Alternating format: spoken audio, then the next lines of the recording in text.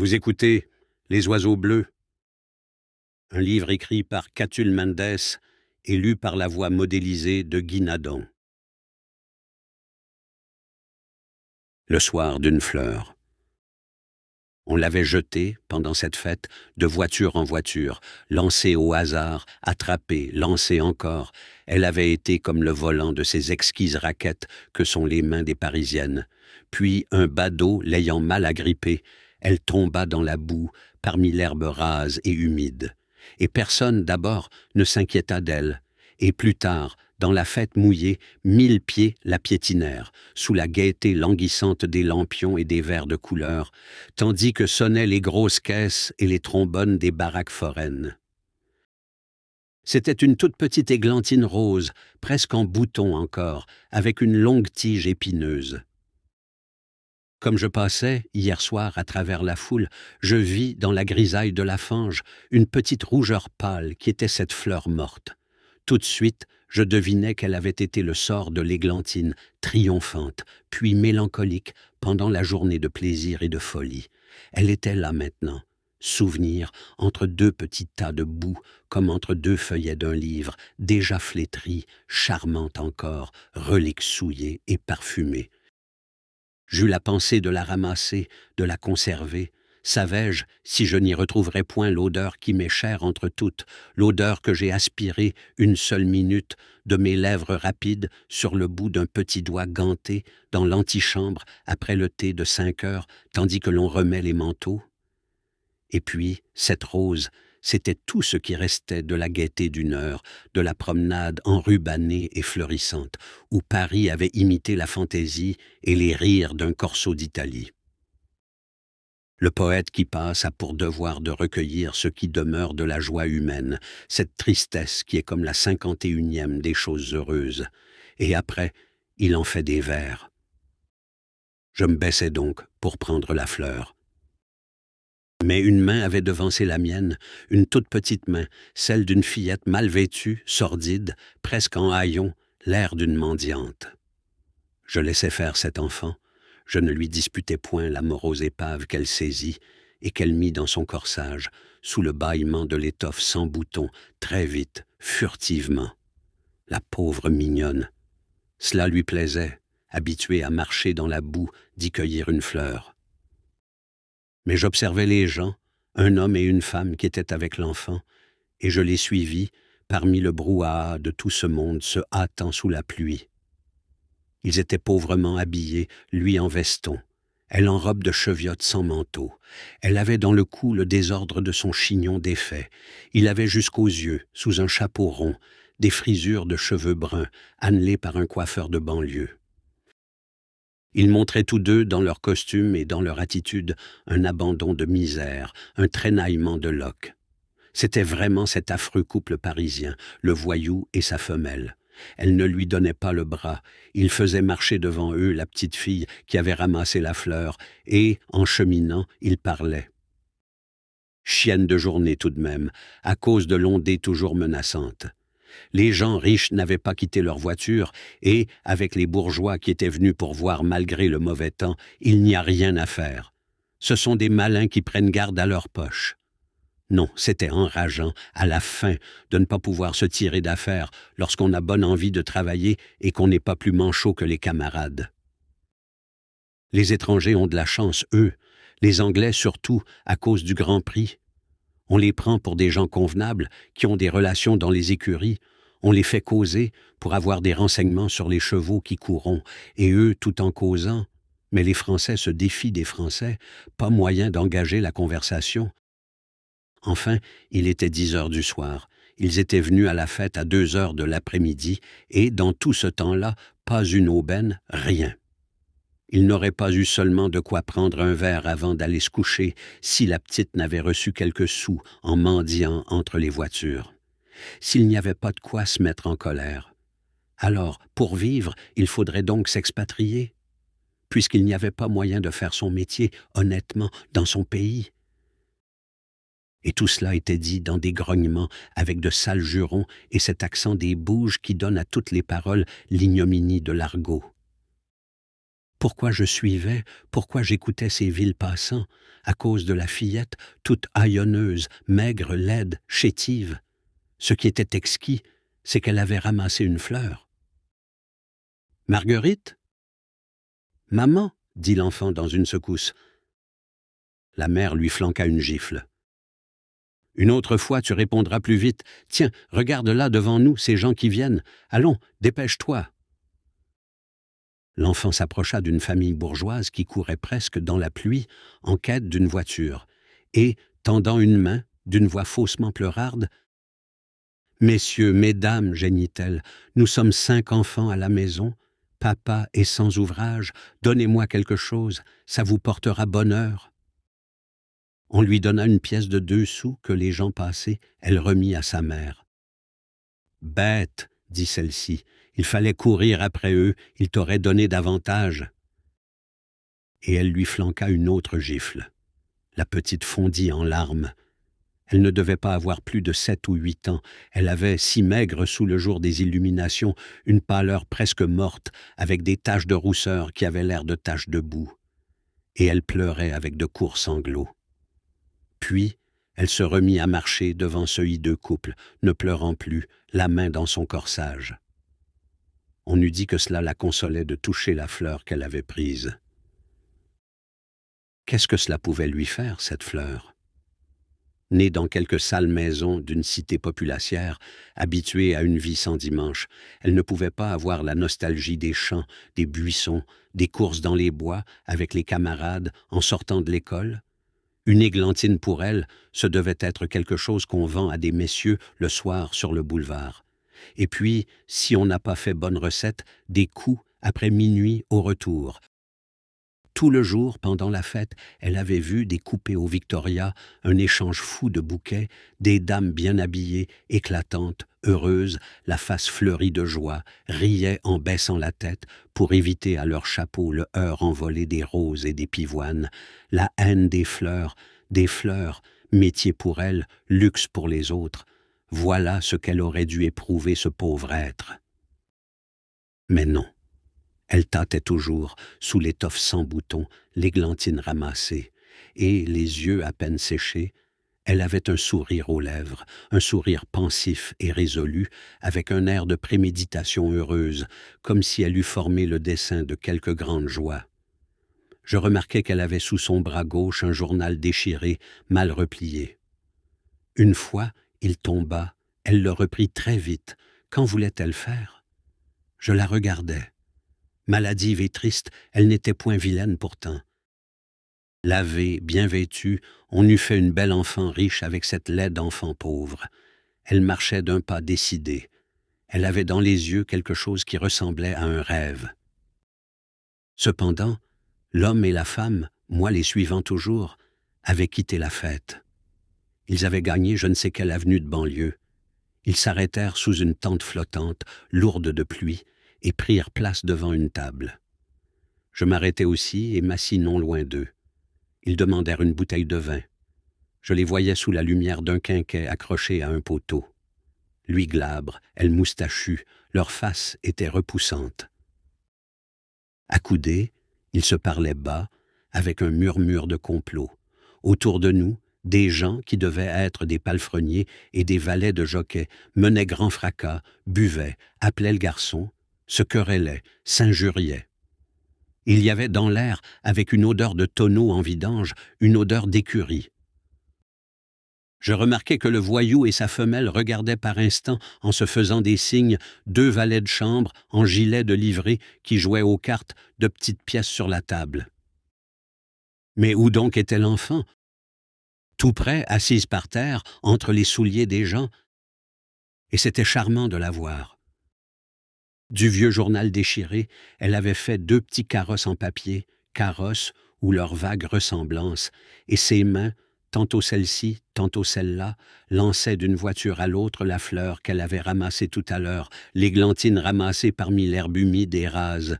Je compris alors pourquoi elle avait saisi si rapidement la mélancolique épave, pourquoi elle l'avait si soigneusement gardée.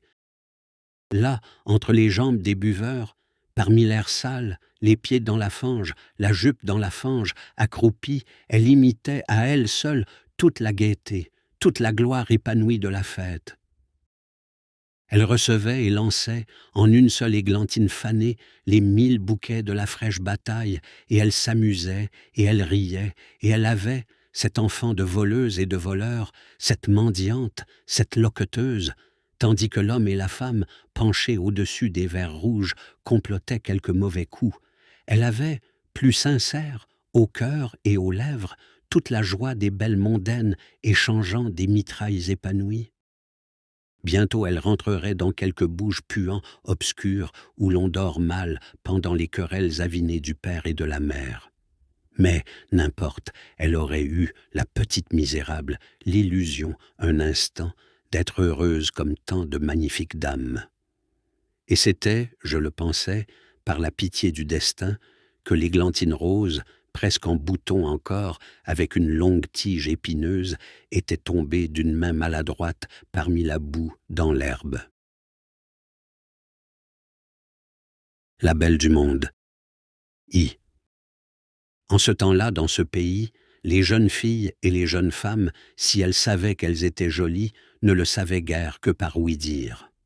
À peine suspendues au mur ou prises dans la main, toutes les glaces, grandes ou petites, se répandaient en lumineux débris, sans heurts visibles, comme d'elles-mêmes. Et savez-vous pourquoi elles se brisaient de la sorte? Parce qu'elles étaient désespérées de ne pas être le miroir où la princesse amarante mirait ses lèvres de fleurs et, sous ses cheveux de soleil, ses yeux de ciel. À 100 lieues à la ronde, on n'aurait pas, même en cherchant longtemps, rencontré une dame ou une demoiselle qui, pour la beauté, fût comparable à la princesse. Elle était l'enchantement de tout ce qui l'entourait, homme, bête ou chose. Pas plus que le roi son père, son petit chien ne pouvait se lasser de l'admirer. Si elle demeurait quelques heures sans traverser la salle où se tenaient les gentilshommes de la cour, il devenait malade de tristesse. Lorsqu'elle n'avait pas fait dans le parc sa promenade accoutumée, les balsamines et les jacinthes, en s'endormant dans un froissement de feuilles, se disaient l'une à l'autre, même après la plus belle journée, « Quel sombre temps il a fait aujourd'hui !» Mais elle était pour le moins aussi méchante que belle. D'avoir de profondes prunelles bleues où s'attendrissait délicieusement la lumière ne l'empêchait d'entrer en des colères qui faisaient trembler tout le monde. Elle avait plus souvent envie de mordre que de sourire, bien que sa bouche eût la douceur aimable d'une petite rose poupine. Et la colère n'était pas son plus grand défaut, elle était envieuse, elle qui possédait dans des coffrets de jade et d'or tant de diamants et de perles, au point de pâlir de rage si elle voyait 1 ou 2 gouttes de rosée sur une prime-vert matinale, ou quelques grains de verroterie au cou d'une pauvresse. Ajoutez que, le cœur clos à toute tendresse, elle avait réduit au désespoir les plus beaux et les plus riches princes de la terre, qui n'avaient pu la voir sans l'aimer. On citait jusqu'à 12 prétendants qui s'étaient laissés mourir du chagrin de n'avoir pu l'obtenir en mariage. 2. Une fois que, sur la pelouse, avec ses demoiselles d'honneur, elle jouait à la berlurette, c'était un jeu fort à la mode, en ce temps, à la cour. Elle entendit 2 pages se promenant dans une allée voisine derrière un buisson de syringas parler entre eux d'un merveilleux oiseau qui ressemblait, d'après les récits des voyageurs, à un brasier rose de pierreries, envolé, et qui avait son nid sur la plus haute cime d'une montagne sauvage au pays des Algonquins. Tout de suite, quoiqu'elle eût en 20 volières des huppes, des apus, des cardulines, des améthystes, des orvers, des perruches et des passerines fauves et roses et des roitelets couleur de feu et des aviranots et des rossignolettes, elle eut envie de l'oiseau inconnu. Elle manda un prince qui, pour l'amour d'elle, séjournait à la cour depuis plus d'1 année en grande mélancolie. C'était le propre neveu de l'empereur de Trébizonde. Il était jeune et beau comme un matin de printemps. Afin de plaire à la princesse, il avait accompli les plus périlleux exploits, avait triomphé des plus rudes épreuves, mais jamais elle ne récompensa que par des rebuffades l'amour et le dévouement qu'il ne cessait de lui témoigner. Quand le prince fut venu, Seigneur, lui dit-elle, vous irez, s'il vous plaît, me chercher l'oiseau pareil à un brasier rose de pierreries qui a son nid dans la montagne des Algonquins. Et si vous l'apportez, je vous donnerai peut-être à baiser le bout de l'ongle de mon petit doigt.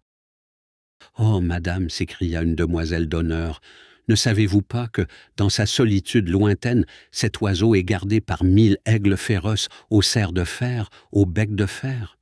Ils auraient bientôt fait de mettre en pièces, fût-il le plus fort et le plus courageux des vivants, celui qui serait assez insensé pour s'approcher d'eux.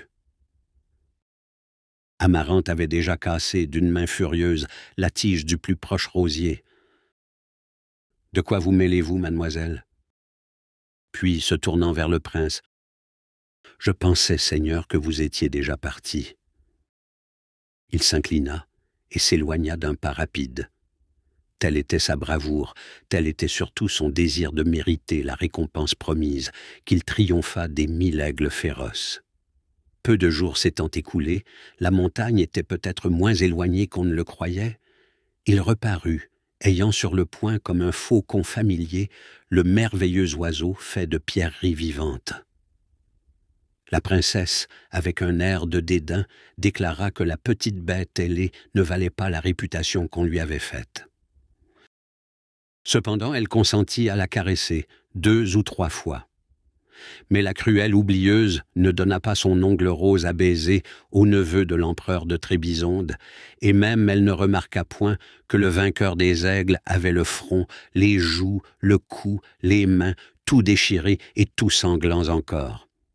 Il se retira sans se plaindre, résigné. 3. Et ce ne fut pas le seul péril où elle exposa le prince. Parce qu'elle eut envie d'une émeraude sans pareille, il dut descendre dans les entrailles de la terre et triompher d'une multitude de gnomes armés de torches flambantes. Il revint tout fumant de brûlure. La princesse voulut bien accepter la pierre fine, mais du petit doigt promis, il n'en fut pas question. Une autre fois, elle exigea qu'il allât cueillir pour elle, dans le domaine d'un enchanteur très redouté, une fleur qui chantait comme un rossignol, et cette fleur s'épanouissait dans la clairière d'une immense forêt dont toutes les branches étaient des lances en arrêt. Il revint, percé de plus de 1000 coups, tout rose de blessures, presque mourant. La princesse consentit à écouter la chanson de la fleur, mais de dire au neveu de l'empereur « Voici mon ongle rose », elle n'en eut garde.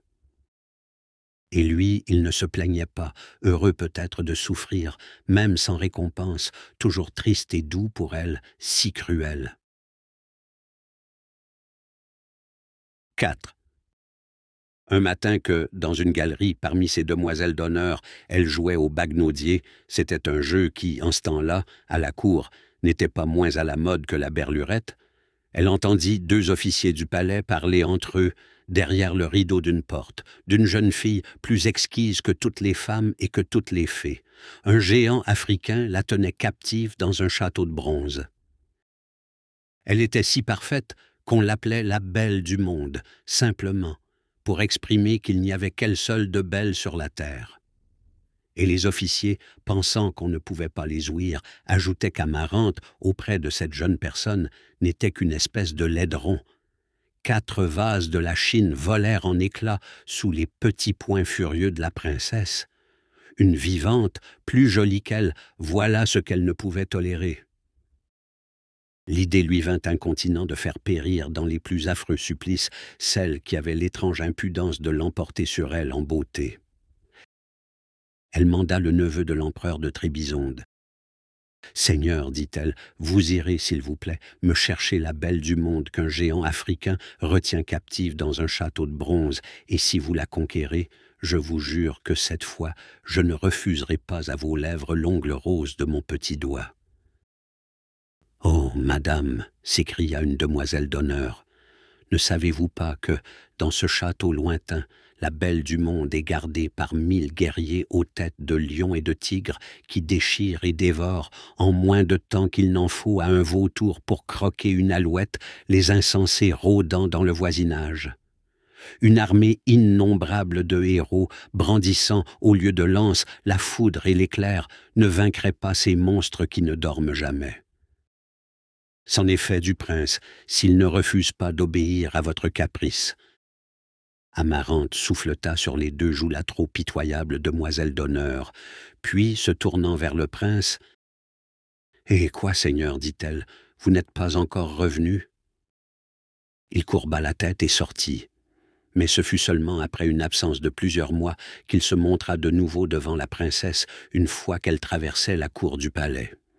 Il était dans un état qui eût attendri les plus atroces cœurs. Ses habits pendaient en lambeaux déchirés, de profondes morsures sillonnaient toute sa chair, un de ses bras lui manquait. Il l'avait laissé sans doute dans la gueule de l'un des guerriers à tête de lion ou de tigre. Mais, l'orgueil de la victoire éclatant dans ses yeux et flottant dans sa chevelure éparse, il était superbe et magnifique. Et derrière lui, parmi des esclaves noirs, sur le dos d'un éléphant, il y avait un palanquin de velours jaune aux longues franges d'or. « Sois le bienvenu, dit la princesse Amarante, si tu amènes la belle du monde. »« Je l'amène, dit-il. »« Dans ce palanquin ?»« Oui. »« Hâte-toi donc de l'en faire descendre. » Le prince s'approcha de l'éléphant qui s'était mis à genoux, et le velours jaune s'étant écarté, ceux qui se trouvaient là virent, toutes de neige et d'or, une si admirable personne, qu'ils en demeurèrent éblouis comme on l'est quand on regarde la gloire du soleil. La princesse Amarante poussa un cri de joie et de rage, tant elle était heureuse d'avoir en sa puissance, pour en faire le jouet de sa haine, celle qui la bafouait par une aussi incomparable beauté. Et soit que son horrible contentement la disposât à quelque mansuétude envers tout ce qui n'était pas la belle du monde, soit qu'elle ne put enfin s'empêcher d'admirer l'obéissance et la victorieuse bravoure du prince. « Seigneur, s'écria-t-elle, ce n'est pas seulement mon petit doigt, c'est toute ma main, c'est toute ma personne que je vous donnerai en échange de la belle que vous avez conquise. Vous serez le roi de mon royaume et l'époux de mon lit. » Et déjà elle faisait signe aux officiers et aux serviteurs de lui livrer la prisonnière. Mais le prince, « J'ai conquis la belle du monde, en effet, dit-il. Seulement, madame, je l'ai conquise pour moi, non pour vous, pour mon amour, non pour votre haine, parce que trop souvent votre barbarie, après tant de travaux où vous exposâtes ma vie, me refusa l'ongle de votre petit doigt. Je ne veux pas de toute votre personne, et j'emporte dans mon palais de Trébizonde celle plus belle que vous, qui m'est aussi douce que vous me fûtes cruelle. » Là-dessus, il monta dans le palanquin dont les rideaux se refermèrent, et l'énorme éléphant, prompt comme les légères antilopes, car c'était, je pense, quelque éléphant enchanté, disparut dans la poussière ensoleillée du chemin, tandis que la princesse Amarante, pour passer sa rage, mordait à belles dents dans les bras et les épaules de ses demoiselles d'honneur. La bonne trouvaille. L'employé du bureau des objets trouvés ne manifesta pas le moindre étonnement lorsque, ayant levé la planchette de son guichet, il vit en face de lui, dans le corridor jaune et noir, un jeune homme beau comme une aurore de printemps, seulement vêtu d'un carquois d'or sur l'épaule et d'un bandeau de pourpre sur l'œil. Et ce jeune homme n'était pas seul, car il avait à son côté une dame, la mieux faite du monde, qui aurait paru tout à fait nue si elle n'avait été habillée des lys et des roses qui lui fleurissaient la peau, mais elle avait une étoile en diamant dans les cheveux. L'employé, je l'ai dit, ne laisse avoir aucune surprise. Ce ne serait pas la peine d'être un vieux Parisien s'il fallait s'ébahir à tout propos. Donc, il regarda les arrivants d'un air qui témoignait de la plus parfaite indifférence. Et professionnel. « Vous avez perdu quelque chose ?» demanda-t-il. « Oui, » répondit le jeune homme vêtu d'un carquois. « Oui, » répondit la jeune dame habillée de sa peau rose et blanche. « Vos habits, peut-être ?»« Je n'en eus jamais. »« N'aurais-je point tort d'en avoir ?» L'employé grogna. « Venons au fait, je n'ai pas de temps à dépenser en dialogue. Qu'avez-vous perdu ?»« Je suis, tel que vous me voyez, l'amour. »« Au fait ?»« Je suis, tel que vous me voyez, la beauté. »« Au fait ?» Nous avons perdu, dirent-ils, le respect et l'adoration que la race humaine nous avait voués. Hum, hum. Ce sont des choses qu'il sera sans doute difficile de retrouver. Pourtant, voyons, raisonnons. Avez-vous quelques souvenirs des temps où ce malheur vous est advenu, des endroits où vous êtes allés? Le dieu et la déesse essayèrent en vain de dissimuler leur embarras. Beaucoup de jours se sont succédés, et je me suis fait voir en plus d'un lieu, dit-il, depuis que je quittais la terre citéréenne pour la ville qui s'élève dans les environs de Bougival et d'Asnières. Ce n'est pas hier, dit-elle, que je suis sorti des flots sous la pudeur de ma chevelure, et il y a bien longtemps que je séjourne dans la capitale appelée Paris. Je me suis annuité dans les boudoirs des illustres mondaines et des cocottes sans importance. Je n'ai pas dédaigné de me montrer dans les bals, dans les fêtes, derrière la rampe des théâtres et des cafés-concerts. J'ai juré 1000 serments que je n'ai pas tenus au pied de tant d'amoureuses. Je me suis offerte, je me suis donnée bien des fois en des soirs de caprice et d'orageuse lassitude. Je me suis ravalée, pour le plaisir des caresses, jusqu'à l'oubli des saines jalousies, jusqu'à l'acceptation sacrilège des partages. Je me suis vendu pour des colliers de perles et d'améthystes et pour des billets de banque avec de l'or en tas. L'employé s'écria. Sacrebleu. Nous espérons que vous avez apprécié cet aperçu. Pour continuer à écouter ce livre audio sur Google Play Livres, utilisez le lien dans la description de la vidéo.